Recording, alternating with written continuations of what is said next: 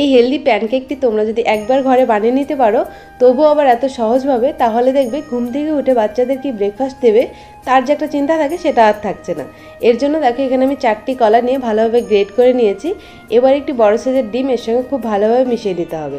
তোমরা চাইলে কিন্তু ডিম আর কলা দিয়েও করতে পারো, কিন্তু এটাকে একটু হেলদি করার জন্য এখানে আমি 1 কাপ মতো সুজি 10 মিনিট ধরে ভিজিয়ে রেখেছিলাম।